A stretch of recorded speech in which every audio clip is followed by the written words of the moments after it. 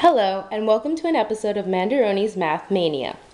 Today we're going to be working with right triangle trigonometry and the 6 trig ratios. We're going to be using them today to find a missing side and a missing angle. Let's start with the first problem. A man is lying on the beach flying a kite.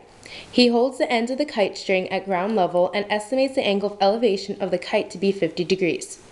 If the string is 450 feet long, how high is the kite above the ground? Now, I really can't draw, but here is our man, right here, and the kite.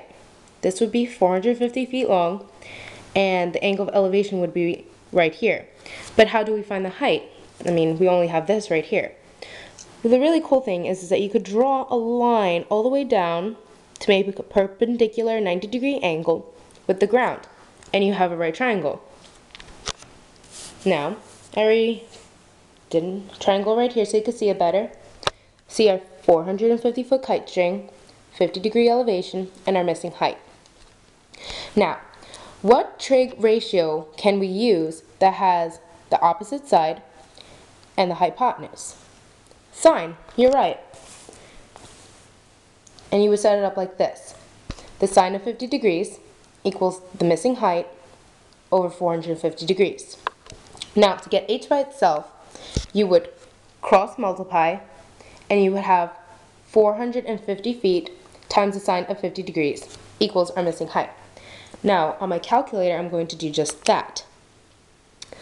450 times, don't forget our parentheses, sine of 50, and you would get 344.7199994.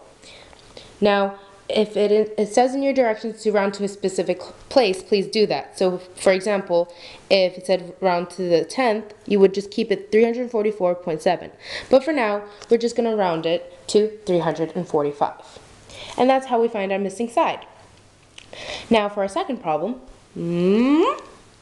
find theta. Oh no, a missing angle. Well, let's go here and figure it out. We have a missing angle, and we have a side and another side. Now, it's the same one as number 1. All you have to do is find the angle. Now, what trig ratio do you use that has the adjacent angle and then opposite angle? Tangent. Yep. So now you have tan of theta equals 96 over 120. But the different thing about this one is that you're finding an angle. So you can't just do the tan of 96 over 120 because that's not right. What you do is do second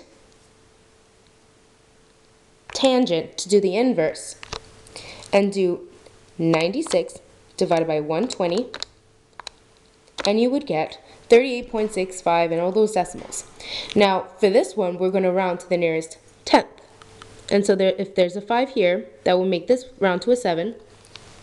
And the degree is 38.7. Thank you for listening about right triangle trigonometry and the 6 trig ratios. See you next time.